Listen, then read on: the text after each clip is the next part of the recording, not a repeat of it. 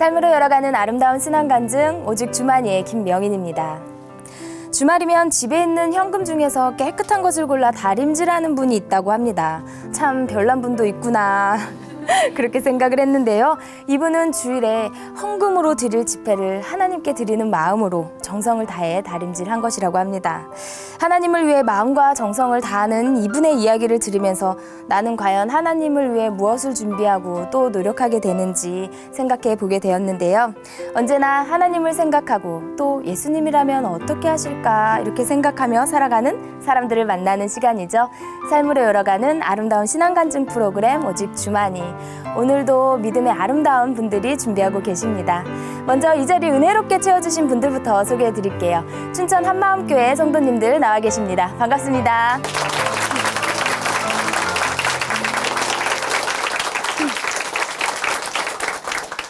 네, 오늘 첫 번째 출연자 만나보겠습니다. 이분은요, 어려서 소아마비를 앓았다고 합니다. 그 후로 사람들과 다른 모습, 약한 모습, 자신의 모습을 바라보는 시선이 싫었다고 해요. 그래서 누구에게도 의지하지 않고 스스로 생각하고 노력으로 살려고 애를 썼습니다. 그렇게 대학을 가고 졸업을 해서 의사 선생님이 되었습니다. 그런데 목표 끝에서 허무함을 발견했다고 합니다. 그런 그녀가 창조주 하나님을 찾게 되었는데요. 이분이 찾으신 하나님, 네, 어떤 분인지 함께 만나보도록 하겠습니다. 춘천 한마음교회 홍명선 자매님 박수로 모실게요.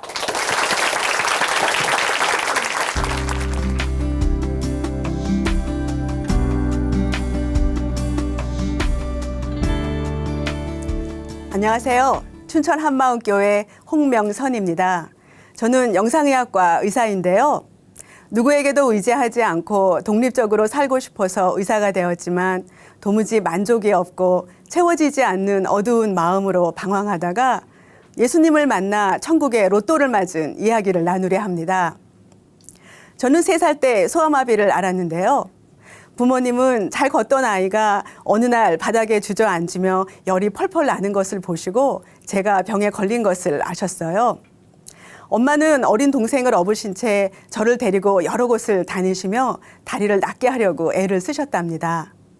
아버지는 4남매 중에서 저를 제일 예뻐하셨는데요. 술을 드시고 들어오시면 제 다리를 쓰다듬으며 눈물을 흘리실 때가 많았어요.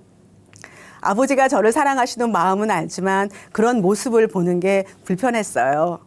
저도 남에게 연약하게 보이기 싫었고 동정의 눈초리는 더더욱 견디기 힘들었습니다. 학교에 들어가서는 단짝 친구와 지내며 친구를 많이 사귀는 편은 아니었어요. 체육 시간에 혼자 교실을 지키며 아이들이 밖에서 운동하는 걸 보면서 많이 외로웠어요. 나는 아이들과 좀 다르구나. 나도 평범하게 살 수 있을까 하는 생각을 하기도 했습니다. 그러면서 스스로 사람들 사이에 벽을 만들었더라고요. 작은 언니가 책가방도 들어다주고 업어다주기도 했고요. 넘어지거나 다치기라도 하면 언니가 어느새 달려와서 도와주었어요. 언니가 얼마나 든든했는지 모릅니다. 하지만 이런 언니한테도 고마운 마음을 잘 이야기하지 못했어요. 언니는 제가 무슨 생각을 하는지 도대체 모르겠다면서 까도 나오는 양파 같다고 하기도 했습니다. 그리고 혼자 있으면서 팝송 듣는 걸 좋아했어요. 집에 일찍 가서 라디오 팝송 프로를 듣고 싶어서 수업이 끝나자마자 아무도 나오지 않은 운동장을 걸어 나오곤 했습니다. 고등학교에 들어가니까 문과와 이과 중에 선택을 해야 하는데 자연스럽게 미래를 생각하게 되더라고요. 몸이 불편하니 일반 직장은 제한이 많을 것이고 전문직이 좋을 것 같은데 교사나 의사, 약사 등이 괜찮을 것 같더라고요. 남들을 가르치는 건 애시당초 소질이 없다고 생각해서 의사나 약사가 좋겠다고 나름 결론을 내렸어요. 사실 저는 이과 과목을 잘하지 못했고 이과로 가기에 성적이 좋은 편도 아니었지만 인생의 작은 도박을 한 셈이죠. 이런 것을 부모님이나 선생님과 상의하지 않고 혼자 결정했어요. 누구에게도 속마음을 이야기하지 않고 스스로 판단해서 선택한 거죠. 인생은 결국 혼자 사는 것이니 내 힘으로 살아야 한다. 누구도 나를 도와줄 수 없으니 자립해야 한다고 생각했습니다. 그렇게 목표를 향해 달려서 의대에 들어갔습니다. 대학 생활은 학업도 힘들었지만 사람들과의 관계는 저를 더 지치게 만들었어요. 그동안은 친구들과 재밌게 노는 걸 잠시 미루었다고 생각했는데 이제 마음먹고 어울리려고 해도 잘 되지 않는 거예요. 화난 것 같다, 좀 웃어라, 이런 말을 듣기도 해서 웃으려고 무지 노력했습니다. 여럿이 모여서 웃고 떠드는 게 즐거운 게 아니라 오히려 마음이 불편할 때가 많아서 그런 자리를 즐겨 하지 않았어요. 한 번은 선후배들이 모이는 자리였는데 제가 별로 말도 하지 않고 있으니까 앞에 앉은 선배가 혹시 제사 지내요? 그러더라고요. 저는 그냥 웃기만 했죠. 그래, 그래도 괜찮아. 사회생활을 하다 보면 좋아질 거야. 그렇게 스스로 위안을 했답니다. 병원에 들어가서 인턴 생활을 마치고 전공 과목을 선택해야 하는데요. 의사라는 직업이 대부분 사람들을 상대하는 일이다 보니 무슨 과로 정해야 할지 고민이 되더라고요. 비교적 사람들과 접촉이 적은 과 중에서 영상의학과가 마음에 들었어요. 초음파나 여러 시술을 통해 환자를 보기도 하지만 주로 영상 판독으로 의사들을 상대하는 과라고 생각했기 때문이죠. 그런데 영상의학과를 들어가면 사람들과 좀 덜 부딪힐까 기대한 것은 큰 착각이었어요. 환자는 물론이고 동료 전공의, 교수님, 의료기사들과 다 어울려서 하는 일이더라고요. 전부 생소한 것들이니 다 배워야 하고 습득해야 할 시술은 얼마나 많은지, 또 예상치 못한 응급 상황이 매일 벌어지잖아요. 전쟁터 같은 병원에서 마음에 여유는 없고 불만은 가득하고 얼굴에는 아마 짜증이라고 쓰고 다녔을 거예요. 까칠하고 톡톡 쏘는 식으로 말한다고 사람들이 뭐라 하길래 차라리 말을 하지 말자. 마음을 닫으니 말수도 점점 줄게 되더라고요. 그렇게 전공의 과정을 마치고 전문의가 되니까 마음이 날아갈 것 같았습니다. 시간도 여유 있어서 평소 배우고 싶던 것도 시작하고 마음껏 여행도 다녔죠. 하지만 그것도 잠시였어요. 마음에서 만족은 없고 너무 허무한 거예요. 인생의 목표 하나를 이루었는데 또 다른 것을 위해 살아야 하나? 성취감을 찾아 사는 인생인가? 내 힘으로는 더 이상 살지 못하겠다는 마음이 들더라고요. 만약 하나님이 계시다면 만나고 싶다고 생각했습니다. 그때 영어 학원을 다니고 있었는데요. 크리스찬 선생님을 따라 교회에서 하는 공연을 보게 되었어요. 세계적인 가스펠 그룹이라는데 굉장히 시끄럽긴 했지만 워낙 팝송을 많이 들어서인지 듣기에 신나고 별 부담이 없었죠. 그런데 갑자기 눈물이 쏟아지는 거예요. 저는 영문도 모르고 이게 웬 노릇이지? 민망하지만 참을 수가 없더라고요. 아, 뭔가 있나 보다 하면서 주일 예배를 드리기 시작했어요. 성경 공부 모임에도 나가고 봉사활동도 하면서 하나님을 조금씩 알아갔습니다. 첫 근무지는 평소 잘 따르던 선배 언니가 있는 병원이었어요. 전문의가 된 후 마치 내 세상인 것처럼 살면서 다른과 선생님에게 별로 호의적인 편이 아니어서 마찰도 있었어요. 그러던 어느 날 동료 선생님이 미국 의사면허 시험을 준비하고 있었는데 같이 해보자고 하더라고요.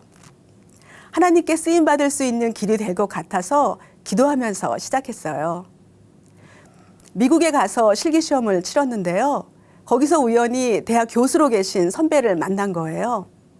학교 다닐 때는 변변히 인사도 드린 적이 없는 선배였는데 그분의 도움으로 교환교수 과정을 하게 되었습니다.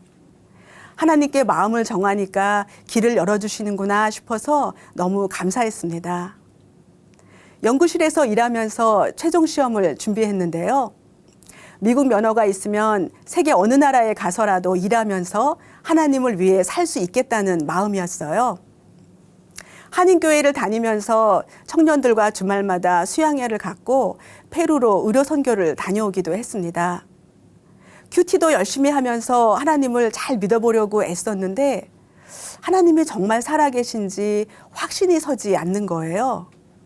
거기다 최종 시험에서 떨어지면서 낙심이 되었고 어떻게 살아야 할지 방향을 잡지 못하겠더라고요. 2년간의 미국 생활을 마치고 돌아와서 춘천에 있는 대학병원에서 일하게 되었습니다. 다시 열심히 해보자고 마음먹었지만 점점 무기력해지면서 불면증까지 생겼어요. 교회를 정하지 못해서 이곳저곳 다니다가 주의를 지키지 못할 때도 있었는데요. 주위에서 한마음교회가 뜨겁다는 말을 듣고 간절한 마음으로 찾아 나섰어요. 아는 사람도 하나 없고 아는 척하는 사람도 없었지만 뜨거운 기도와 찬양이 너무 좋아서 계속 나가게 되었습니다. 어느 주일 예배에 여호와의 율법은 완전하여 영혼을 소성케 한다는 말씀을 듣는데 마음에 확신이 왔어요. 아, 내가 살겠구나. 하나님의 말씀이 나를 살리시겠구나. 이런 마음이 들면서 감사하고 안심이 되었습니다. 작은 교회에 연결되면서 일꾼이 인도하는 대로 예수님을 믿지 않은 죄를 회개하고 예수님을 마음의 주인으로 모시는 기도를 했어요. 사실 처음에는 제가 얼마나 큰 죄인인지 잘 모르겠더라고요. 죄를 회개하라고 하니까 인정되는 만큼은 회개하지만 제 속에서는 그건 아니라고 버티고 있었습니다. 답답한 마음에 집에 와서 말씀 책자를 찬찬히 읽어 나갔습니다. 그가 찔림은 우리의 허물을 인함이요 그가 상함은 우리의 죄악을 인함이라. 이 말씀을 계속 보는데 이제껏 살아온 저의 모습이 보였어요. 오직 나 자신을 위해 사느라 초점이 온통 자신에게 가 있으면서도 정작 불구를 가진 제 자신이 부끄러웠고 온전히 살아갈 수 없었어요. 그것을 애써 외면하며 살아오는 동안 어느 것으로도 채워지지 않는 제 마음은 정말 차갑고 어두워져 있었습니다. 의사가 되어 독립적인 생활을 하게 되면 신체의 컴플렉스가 극복될 줄 알았어요. 비관적인 사고도 긍정적인 것으로 바뀌지 않을까 기대했었어요. 하지만 성취 후에도 저는 여전히 우울했고 나만 생각하는 이기적이고 독단적인 사고는 인간관계 문제에 부딪혔습니다. 내 힘으로는 더 이상 살지 못하겠다는 마음으로 하나님을 찾았어요. 하지만 예수님을 정확히 모르니 믿음은 상황에 따라 흔들렸습니다. 저에게 예수님이 성경대로 죽으시고 성경대로 부활하신 하나님이신데 부활의 표적을 보고 믿으라고 하셨는데 저는 확실한 증거 없이 막연하게 제 느낌이나 체험으로 믿으려고 한 것입니다. 저에게 주님은 인생의 주관자가 아니라 내 힘으로 되지 않는 부분을 도와주길 바라는 막연한 조력자였어요. 결국은 마음에 예수님을 주인으로 모시기 싫어한 거였습니다. 문제의 근본은 육체의 불구나 어두운 마음이 아니라 중심에서 예수님을 믿지 않은 죄였습니다. 예수님을 주인으로 믿지 않고 내가 주인 되어 살아온 것이 지금까지의 저의 실체였어요. 마음 깊은 곳에서 회개가 터져 나왔습니다. 저는 마음에서 하나님을 버린 죄인이었고 그 죄 때문에 찔리고 상한 예수님이 보이면서 견딜 수가 없었습니다. 주님이 나 대신 죽으셨구나. 내 죄 때문에 죽으셨구나. 죽기까지 나를 사랑하신 주님, 모든 죄에서 깨끗하게 해주신 은혜에 감격해서 가슴이 터질 것 같았어요. 집안에 가만히 앉아 있을 수가 없더라고요. 이미 날은 어두웠지만 밖으로 나가서 한참을 걸었습니다. 너무 마음이 벅차서 어떻게 해야 할지 모르겠더라고요. 세상 그 무엇도 부럽지 않았습니다. 로또를 맞으면 이렇게 기쁠까? 복음이야말로 로또구나. 세상의 것은 시간이 지나면 점점 더 목마르게 되잖아요. 하지만 나의 죄값을 치르신 내 영혼의 목자를 만난 기쁨은 영원한 것이었습니다.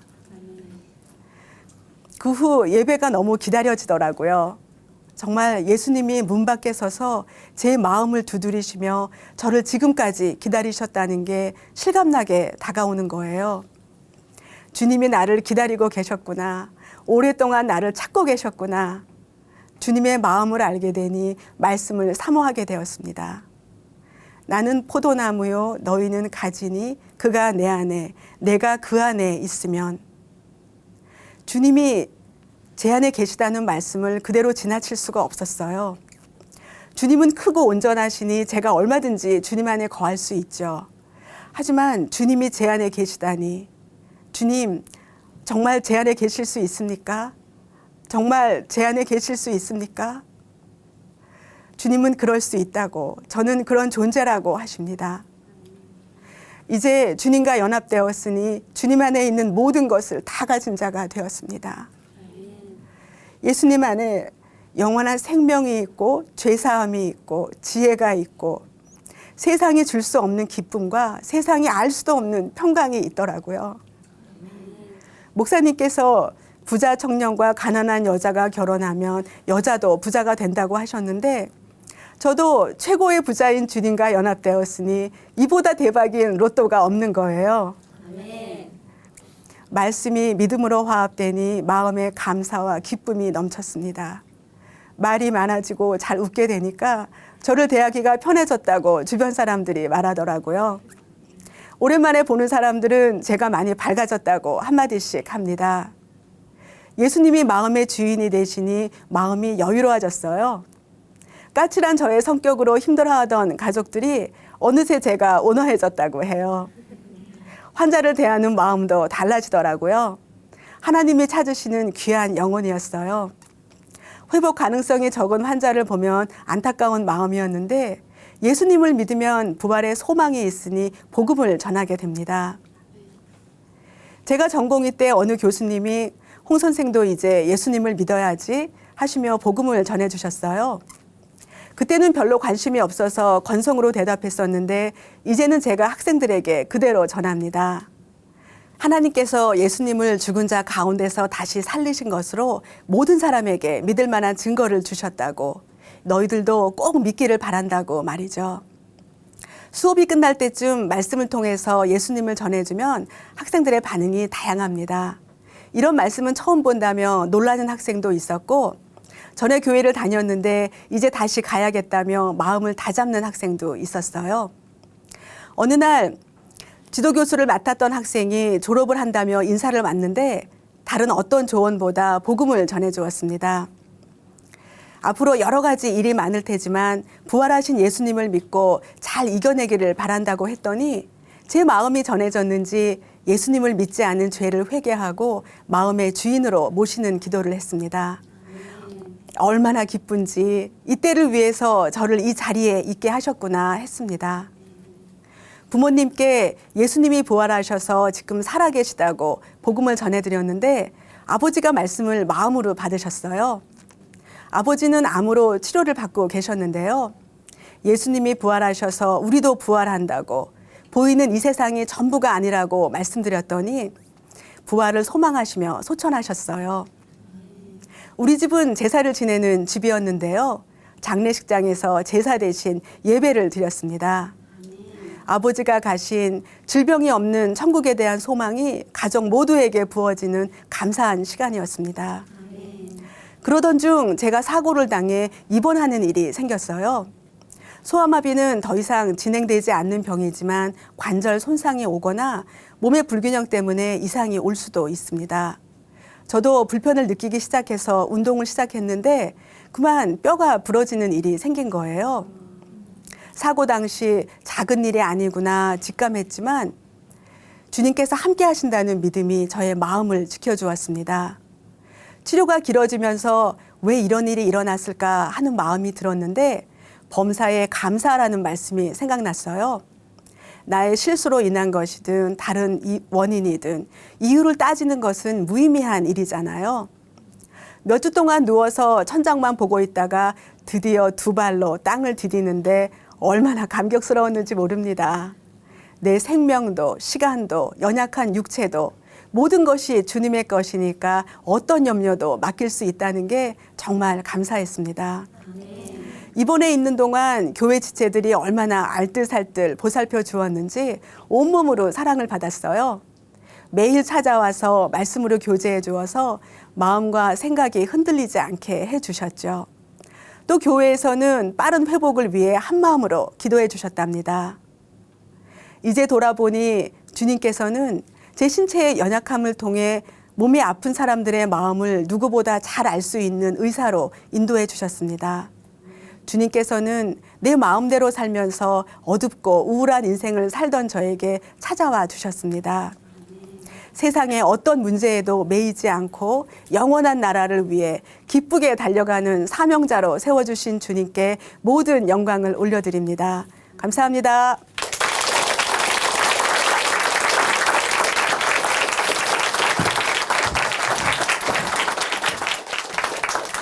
네, 간증 감사합니다. 예수님이 하신 많은 예화들의 시작에요. 마치 단서처럼 나오는 구절이 있습니다. 귀 있는 자는 들을지어다. 네, 누구나 복음은 들을 수 있습니다. 예수천당, 불신지옥을 외치는 그 소리 속에서도 복음을 들을 수 있는데요. 하지만 듣는다고 해서 모두 크리스찬이 되는 건 아니죠. 복음을 듣고 그 말씀을 깨닫고 예수님을 전심으로 믿고 주인으로 모시고 살아갈 때 진정한 크리스찬이 되는 줄 믿습니다. 네, 오늘 우리는 어떤 믿음 안에 있는지 생각해 보게 됩니다.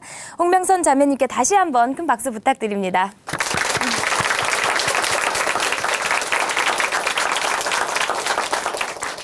아름다운 믿음의 고백으로 하나님께 은혜를 나누는 오직 주만이 오늘의 두 번째 출연자 만나보겠습니다.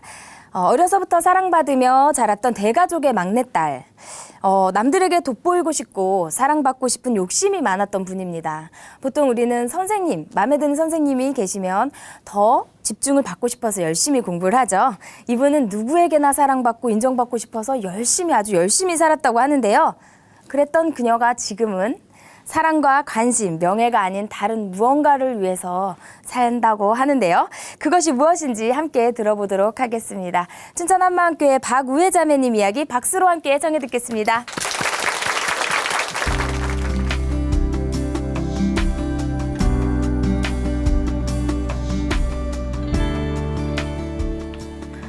안녕하세요. 춘천 한마음교회 박우혜입니다.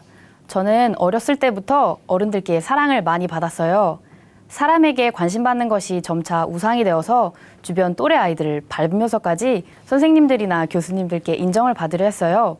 그러다 부활하신 예수님을 만나 사람의 영광이 아닌 하나님의 영광을 구하는 삶을 살게 된 간증을 나누려고 합니다. 저희 집은 대가족이었는데요. 늦둥이 막내딸로 태어난 저는 할머니, 할아버지, 엄마, 아빠의 사랑을 듬뿍 받으며 자랐습니다. 어른들과 함께 살다 보니까 어떻게 하면 예쁨을 받는지 자연스럽게 터득하게 되었던 것 같아요.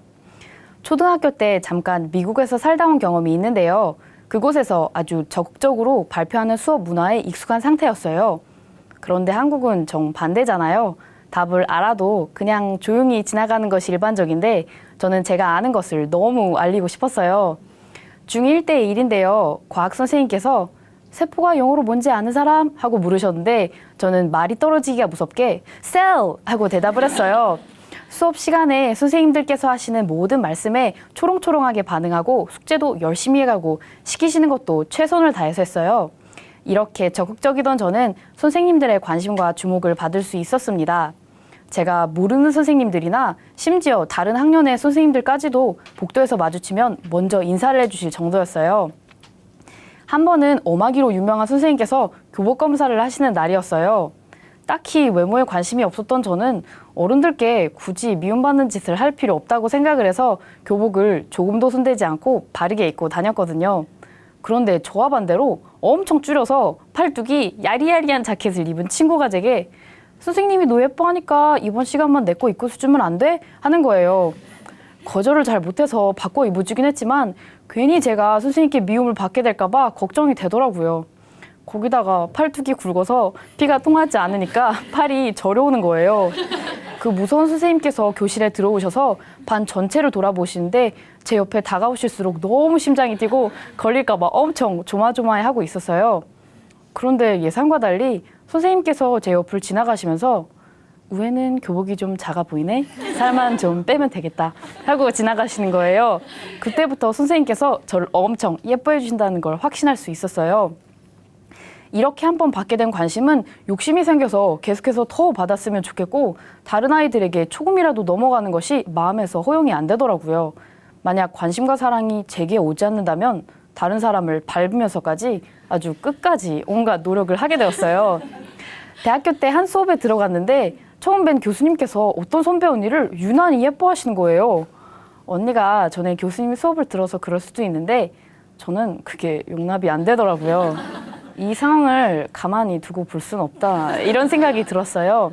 저는 그 교수님의 관심을 전부 저한테로 옮겨와야만 직성이 풀릴 것 같았어요. 그래서 그 수업 다음부터 아주 열심히 예습을 해가게 되었습니다. 수업에 열심히 집중하고 질문에 대한 답을 철저히 준비해 갔는데요. 그 수업이 교양 수업이어서 학생들이 그렇게 열심히 준비를 해오진 않았기 때문에 저는 얼마 지나지 않아 집중을 받을 수 있게 되었어요. 기말고사를 본 날 어쩌다 그 선배 언니와 제가 마지막까지 남게 되었는데요. 교수님께서는 그 언니를 가리키며 우리 학생 언니 좀 도와주면세요 이렇게 말씀을 하셨어요. 저는 네 하며 쑥스러운 듯 멋쩍게 웃었지만 속으로는 쾌재를 부르고 있었죠. 제 목표가 이루어졌으니까요. 그리고 그 선배 언니를 엄청 깔보게 되었어요. 어떻게 선배가 되어서 후배보다 못하냐 이런 생각을 하면서요. 저는 대학을 제가 공부해보고 싶은 전공에 맞춰서 진학했는데요. 직접 공부를 해보니 생각했던 것보다 적성에 잘 맞아서 더 열심히 하게 되었어요. 그러니 교수님들의 인정을 더더욱 받고 싶었고요. 학부 과정 중에는 교수님들과 면담을 하는 것이 필수 수업 같은 거였는데요. 저는 그 시간들이 너무 기다려졌어요.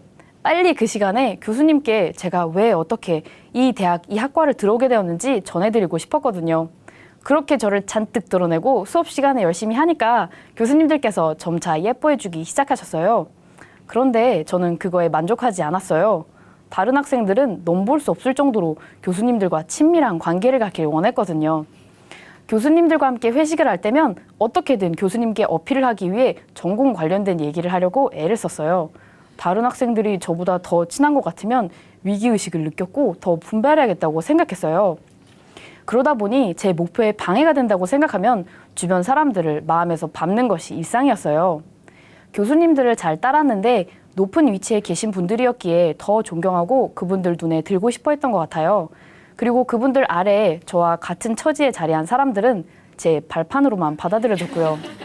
이런 삶이 피곤하고 지치기도 했지만 교수님들과 친해지는 것이 한편으로 너무 큰 만족감을 가져다 주는 것이어서 놓칠 수 없었어요. 그런 삶을 살던 중에 사촌 언니를 통해 한마음교회에 오게 되었어요. 교회에 와서도 저는 저를 양육해 주시는 분께 집중을 받고 싶은 마음이 들더라고요. 일꾼께 잘 보이기 위해서는 설교 말씀을 집중해서 듣고 간증 기록하고 또 연락을 하시면 부지런히 답하면 될 것 같았어요. 그래서 더 열심히 하려고 노력했고요. 저 말고 같이 훈련을 받는 동생들이 있었는데요. 그 아이들은 자연스럽게 제가 밟아야 할 대상들이 되었어요.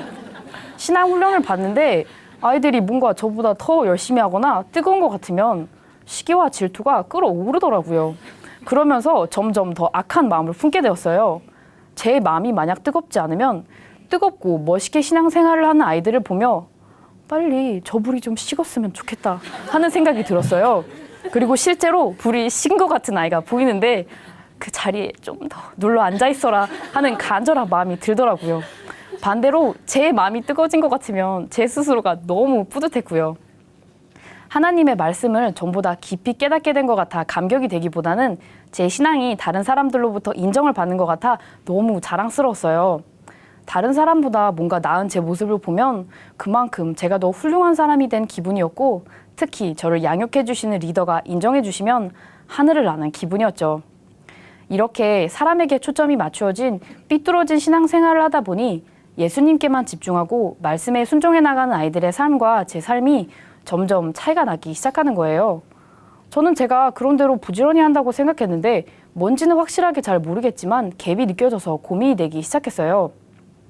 그러다가 양과 염소에 관한 비유를 듣게 되었는데요.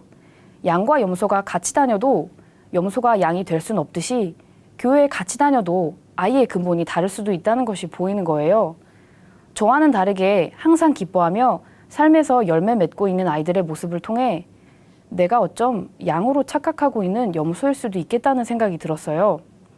이건 삶에서의 모습 정도의 차이가 아니라 천국과 지옥의 차이일 수 있다는 생각에 두려운 마음이 들기 시작했어요. 거기다가 그 당시에 목사님께서는 마태복음 10장 말씀을 설교해 주시며 부활의 증인은 순교자라는 말씀을 계속 해주셨어요. 다른 건 다 좋은데 순교에 관한 말씀은 생각을 하면 할수록 도저히 용기가 나질 않는 거예요. 목사님께서는 너무 기쁘게 우리가 다 그 길을 같이 갑시다 하시는데 저는 점점 부담이 커져갔어요. 저는 교회에 순교하러 온 게 아니었거든요. 그러던 어느 날 한 언니와 말씀 교제를 하게 되었는데요.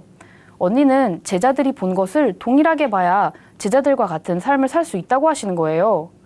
제자들처럼 신앙에 목숨을 건 삶은 제가 평생을 노력해도 따라갈 수 없는 삶이라고 생각했는데 제자들이 본 것만 동일하게 보면 된다고 하니까 너무 기쁘고 궁금했어요.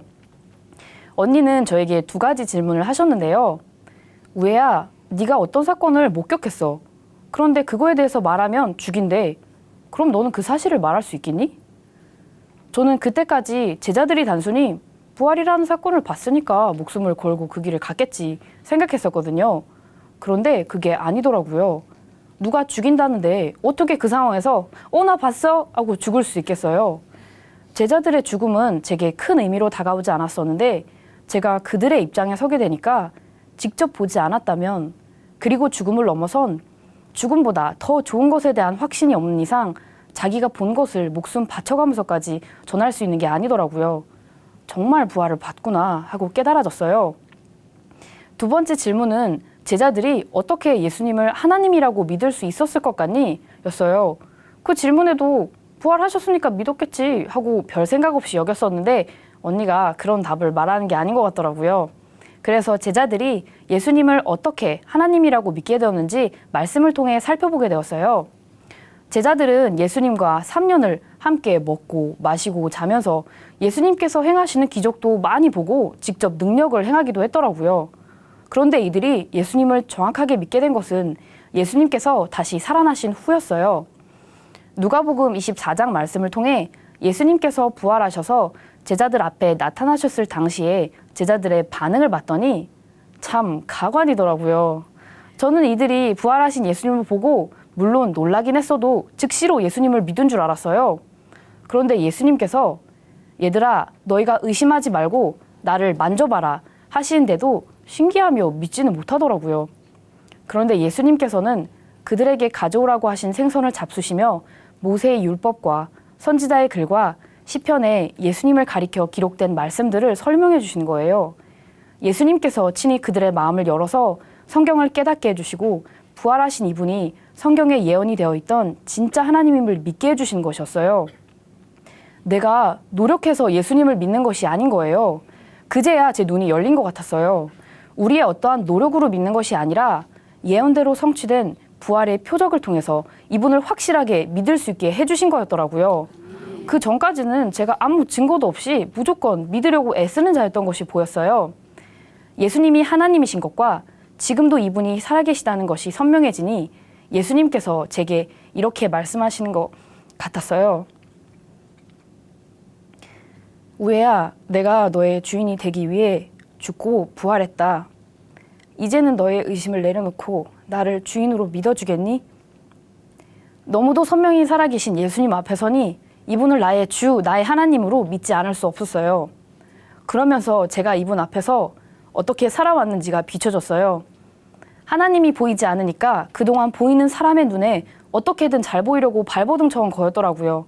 다른 사람을 밟으면서까지 만족해야 하고 어떻게든 관심을 받기 위해 물불 안 가렸어요. 그런데 부활로 지금 살아계신 예수님 앞에 서게 되니 이분을 믿지 않았던 죄가 얼마나 무서운 것인지 알게 되었고 저는 그대로 회개하고 굴복할 수밖에 없었습니다. 하나님께서는 이런 죄인에게 하나님의 마음을 부어주셨어요. 교회에 와서도 사람의 영광만 쫓던 저는 예수님을 못 믿을 사람이라고 하셨어요. 그런데 끝까지 포기하지 않으시고 제게 말씀을 깨닫게 해주신 거예요. 그렇게 나를 사랑하셨던 마음들을 알려주시니 얼마나 제가 그분을 바라보기를 원하셨을까 싶은 마음이 전해지더라고요. 제가 세상 사람들의 시선에 더 이상 종노릇하지 않고 하나님의 품으로 돌아오길 원하시는 하나님의 마음을 알게 되었어요. 예수님을 정확히 만난 후에 보니 제가 염소였던 것이 진짜 맞았더라고요. 동생들이 어떠한 상황 속에서도 기뻐하고 열매 맺는 삶을 살 수 있었던 것은 예수님과 동행을 하고 있어서였어요. 몸이 교회에 있다고 해서 염소가 양이 되는 것이 아니었던 거예요. 그런데 예수님께서는 염소였던 제게도 회개할 수 있게 해주셨어요. 그리고 부활하신 예수님을 주인으로 믿을 때 예수님과 연합이 되는 것을 알게 하셨어요. 예수님께서 저를 동일시 하시더라고요. 예수님께서 교회를 핍박하던 사울에게 네가 왜 나를 핍박하느냐 하셨는데 예수님께서는 예수님을 믿는 사람이 받은 핍박을 당신이 받으셨다고 하시는 거예요. 우리 죄를 용서해 주신 것도 모자라 아이의 포도나무 가지의 비유처럼 완전한 하나로 연합되었다는 사실에 그렇게 이루어 주신 이분의 사랑에 감격이 되었어요. 또 하나님께서 교회 지체를 어떻게 보시는지도 알려주셨는데요. 목사님께서는 우리가 형제를 위하여 목숨을 버리는 것이 마땅하다는 말씀을 참 많이 하셨어요. 그 말씀에 아멘! 하고 동생들을 깔아 뭉개지 않고 사랑하려고 제 힘으로 노력해보기도 했는데요. 예수님과 연합된 것과 같이 교회와도 연합이 된 거더라고요. 이미 한 몸인 뗄래야 뗄 수 없는 관계인 게 보였어요. 결국엔 남남이고 그래도 내가 쟤보단 나으면 좋겠고 하는 마음이 있었는데 그게 제 몸을 바라보면서 왼손이 오른손보다 좀 나으면 좋겠고 그러고 있었더라고요. 하나님께서는 지체를 사랑하는 것이 결국 나 자신을 사랑하는 것이고 지체를 사랑하는 것이 예수님을 사랑하는 것이라고 하시더라고요. 그제야 지체는 내가 밟아서 이겨야 하는 대상이 아니라 서로 사랑하는 존재라는 것이 보였습니다. 때때로 작은 교회 동생들을 판단하고 또 제가 그들보다 더 낫고 싶다는 생각이 들기도 하는데요. 하나님께서는 저를 이미 동생들과 경쟁하는 사람이 아니라 동생들을 진심으로 사랑하는 존재라고 하셨어요. 이제는 제 힘이 아닌 다 이루어주신 말씀에 기쁘게 아멘합니다. 학교 동기나 선후배도 예수님을 아직 모르는 친구들이 있더라도 제 몸과 같이 사랑하는 것이 마땅한 것이 보였어요. 교수님들께는 잘 보이기 위해 혈안이 되어 있었는데 부활로 제 주인이 예수님이신 것이 확증되니 사람들의 눈치를 더 이상 보지 않게 되었어요. 저는 지금까지 학교에 나를 드러내며 인정받기 위해 다녔었어요. 하지만 이제는 저와 같이 오직 이 땅에만 그리고 사람에게만 시선을 두고 사는 영혼들에게 기쁜 소식을 전하기 위해 다닙니다. 하나님께서 보내주신 자리에서 주변 영혼들에게 본이 되기 위해 공부도 더욱 열심히 하고 있습니다. 세상 사람들에게서 받았던 관심, 사랑, 명예 이런 것들을 전에는 제 욕심으로 옮겨쥐고 있었는데요. 이 세상은 어둠이고 이 세상 임금이 마귀라는 것이 선명하니 제가 잡고 있던 것이 무엇인지 보였어요. 칭찬과 관심을 받는 것이 잘못된 것은 아니지만 마귀에게 속아 그것이 없으면 안 될 것처럼 살았더라고요. 그러면서 하늘나라가 보였어요. 예수님께서 다시 올라가신 그 영원한 나라가 보이는 거예요. 예수님만 바라보고 본향을 위해 달려가는 것만이 의미가 있는 것이 보이니 세상 욕심들을 미련 없이 내려놓게 되었고 복음을 전하는 삶을 살게 되었어요. 제가 교수님들과 친분이 있다 보니 4학년 때 과 사무실 조교를 맡게 되었는데요. 그래서 공강 시간에 사무실에 같이 일하는 동생들이나 놀러오는 과 후배들에게 복음을 전하게 되었어요. 교수님들과 식사를 하거나 연구실에 가서도 복음을 전해드리곤 했어요. 그리고 교수님들과 학생들을 위해 간절히 기도하게 되었어요. 그들을 살리기 위해 계속해서 복음을 전할 것입니다. 제가 다니는 학교뿐만이 아니라 다른 대학 캠퍼스에서도 전도를 하고 있는데요. 저희 작은 교회는 대부분이 대학생으로 구성되어 있기 때문이에요. 각자 학교가 달라서 요일별로 학교 캠퍼스를 돌아다니며 노방 전도를 했어요. 복음을 전할 때 영혼들이 말씀을 듣고 반응하게 되기를 간절히 중보하며 함께하니까 더 힘이 나고 기쁘더라고요. 교수님들, 학생들, 경비 아저씨, 청소부 아주머니 할 것 없이 복음을 전해드렸는데요. 예수님이 누구신지 모르고 삶의 목적을 모른 채 방황하는 또래 학생들을 보며 캠퍼스마다 복음이 번져져 모든 청년들이 뜨겁게 주를 위해 살게 될 날을 기대하게 되었어요. 이렇게 복음을 전하는 하루하루를 살면서 가장 감사했던 적이 있어요. 저희 외할머니께 복음을 전해드렸을 때인데요. 외할머니께서는 무기력증과 치매로 늘 기운이 없어 하셨어요. 그런데 복음을 전해드릴 때 눈빛이 달라지시는 거예요. 말씀을 계속 반복해서 읽어드리고 할머니께서도 직접 읽을 수 있게 해드리니 느리지만 한 글자 한 글자 읽으시더라고요. 예수님께서 부활하셨고 우리의 주인이 되어주셨다고 할머니께서 여태까지 주인으로 살아오신 것을 회개하고 예수님을 주인으로 믿으시겠냐고 여쭤보니 고개를 끄덕이셔서 같이 영접기도도 하게 되었어요. 할머니를 뵈러 갈 때마다 말씀을 전해드리곤 하는데 할머니께서는 늘 기뻐하시며 고맙다고 하세요. 하나님의 영광을 구하기보다 보이는 사람의 영광을 쫓아 사는 삶이 너무나 힘이 들었는데요. 지금은 부활하신 예수님을 만나 진정한 사랑 가운데 하늘의 영광을 위해 살게 되니 너무 감사해요. 예수님께 잘 보이는 최고의 인생을 살게 해주신 주님 사랑합니다. 감사합니다.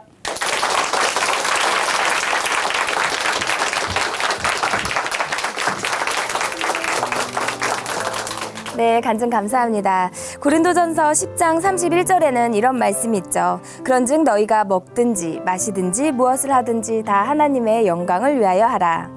사실 눈에 보이는 사람들의 인정과 사랑이요, 하나님의 인정과 사랑보다 좋아 보일 수 있습니다. 하지만 우리 인생에 찾아오신 예수님을 생각해 봅니다. 다가오셔서 끝없는 하나님의 사랑을 부어주시죠. 영영 죽을 수밖에 없는 우리를 위해 고난의 십자가를 지시고 죽으시고 다시 사신 예수님의 그 크신 사랑, 그 사랑이 오늘 우리를 움직이게 하는 힘의 뿌리입니다. 박우혜 자매님, 앞으로도 계속 하나님의 영광을 위해 사는 멋진 모습 기대하겠습니다. 간증 감사합니다. 하나님으로 인해 변한 삶의 고백이 있는 간증 프로그램 오직 주만이, 오늘은 여기까지입니다. 지금까지 함께해 주신 춘천한마음교회 성도님들 그리고 시청자 여러분 감사드립니다. 이 시간 마지막 찬양 올려드리면서 마무리하겠습니다. 오늘 찬양해 주실 분은요, 김미령 자매님이시고요. 제목은 주 하나님 지으신 모든 세계입니다. 오늘도 하나님의 크신 사랑 안에서 행복한 하루 보내시길 바랍니다. 감사합니다.